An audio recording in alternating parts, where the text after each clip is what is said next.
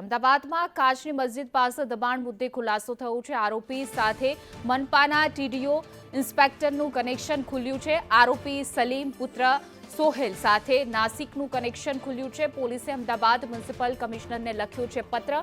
મધ્ય ઝોનના deputy estate ઓફિસરની બેદરકારીનો ઉલ્લેખ છે। પોલીસ તપાસમાં આરોપી સાથેની વોટ્સએપ ચેટ પણ મળી આવી છે। ટીડીઓ ઇન્સ્પેક્ટર નાસિક સલીમ મોકલતો હતો દસ્તાવેજી પુરાવા। સ્કૂલના બદલે ગેરકાયદે શોપિંગ સેન્ટર બની ગયું હતું। બાદમાં ઓફિસરે જગ્યા પરત લેવા કોઈ કાર્યવાહી ન કરી।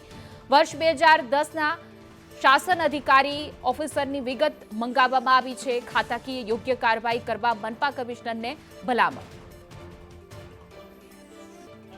વધુ વિગતો સાથે અમારા સંવાદદાતા કશ્યપ જોશી જોડાઈ ગયા છે। જી કશ્યપ, શું છે વધુ અપડેટ?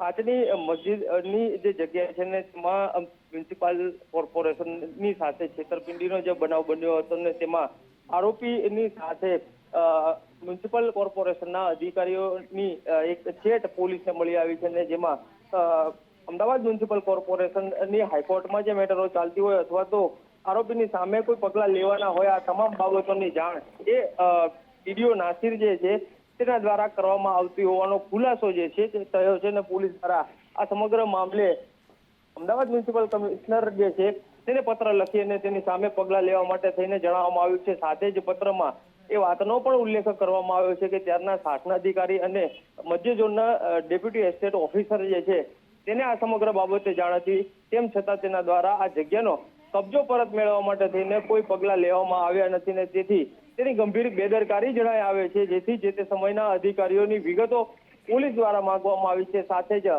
તેની સામે ખાતાકીય પગલાં લેવા માટે થઈને પણ પોલીસ દ્વારા અમદાવાદ મ્યુનિસિપલ કોર્પોરેશનને ભલામણ કરવામાં આવી। જી કશ્યપ, અમારી સાથે જોડાવા બદલ, સમગ્ર માહિતી આપવા બદલ આપનો આભાર।